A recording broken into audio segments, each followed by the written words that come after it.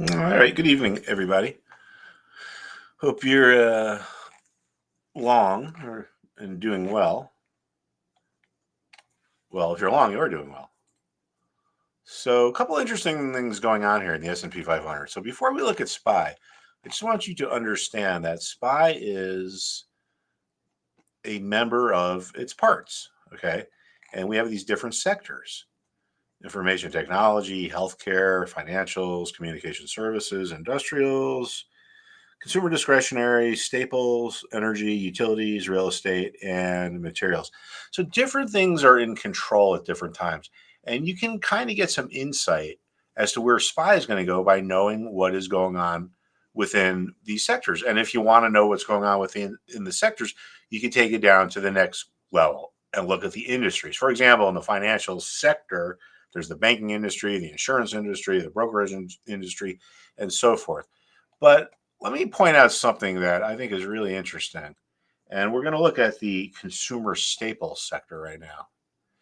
Now, look at the way this thing has ripped higher here over the last 3 days, including today.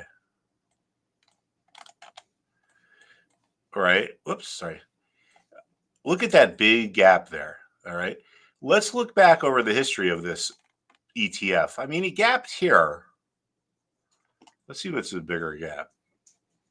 The gap means that open at one level, or sorry, close at one level and open at a different level the next day. So there was no trading in between those two levels. So that was about a 1% gap. Let's see what this guy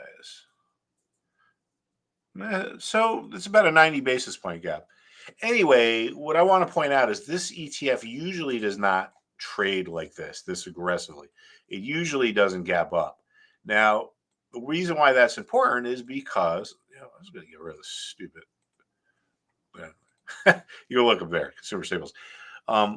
This could be what we call the old flight to safety. And a lot of times, flight to safeties happen before the broader markets go lower, right? I mean, you can see that consumer staples is only 5.96% of the S&P, but I've been doing this long enough to remember a few times where money flowing into consumer staples was a bearish sign for the rest of the market. So definitely got to pay attention to that. All right, now let's go look at SPY. All right, so SPY, we're getting overbought. As we talked about, if we broke this 553 level, next stop is around 565. So I think we got a little bit more upside there. And it's all going to come down to the financial sector. Now, let's just go back to review here. Here's the sector allocation. Financials are 13%. So they're the second biggest sector in the market. And you know what? Even though they're the second biggest sector after finance, even though tech is like twice as much, financials have more importance than their weighting would suggest because there's a lot of investment funds out there, hedge funds, blah, blah, blah, that trade financials. Just like energy is only 3.6% of the S&P 500, there are probably more hedge funds that what they do is energy than like anything else. There's so many energy funds out there. All right. Anyway, so we got above this resistance.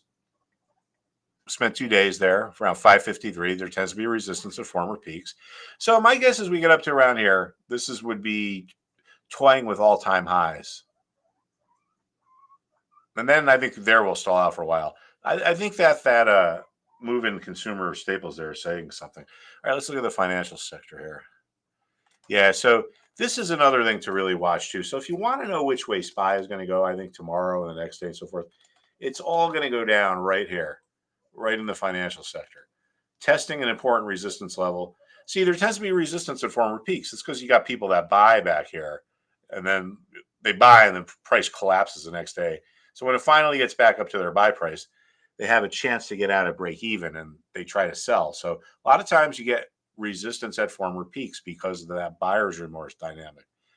Now, if we look at the tech sector, which has been in the driver's seat for the last whenever, there's some upside here, but it doesn't really, look to me. It's not at an important level. It's not overbought. It's not oversold. It's not at an important price level. If we look at financials, why is financials in the driver's seat? Well, because it is overbought. The momentum is overextended. It's at a resistance level. That's what happens, right? If a sector is neutral, it's not going to really affect the S&P 500. If something is overbought and at resistance or oversold and at support, well, then it is going to affect the broader market. So by seeing what's going on in these sectors, it can give you better insight as to where the S&P 500 is going to go. And back in my institutional trading days, this is a big part of the equity analysis, is like which sectors are outperforming, so forth and so on. All right, so let's just go over and look at healthcare. A little bit overbought, but healthcare is chugging ahead here. Now, I would think that if it looks like Kamala Harris is going to win the election, we're probably going to see some big selling in the healthcare market, because as we know, she's talked about getting rid of private healthcare and so forth and so on. So we've already seen some of these solar stocks come undone. But if it looks like Trump is going to win, put it this way, a lot of these green energy companies survive only because of subsidies. And if Trump wins the election, those subsidies are going to be cut off. So there may be some longer term short ideas within. This is the wind energy ETF fan. And there's also TAN, which is the solar energy ETF. I mean, this is already, and just to kind of show you what I mean, forget earnings and so forth. So this is the election back here. All right. So the markets probably knew Biden was going to win. Anyway. All right. So there's the election. And look at the move we had after. This is people thinking that this industry is going to really benefit. And it did for a while. But like I said, this is an election play. I think that you could probably make some money here.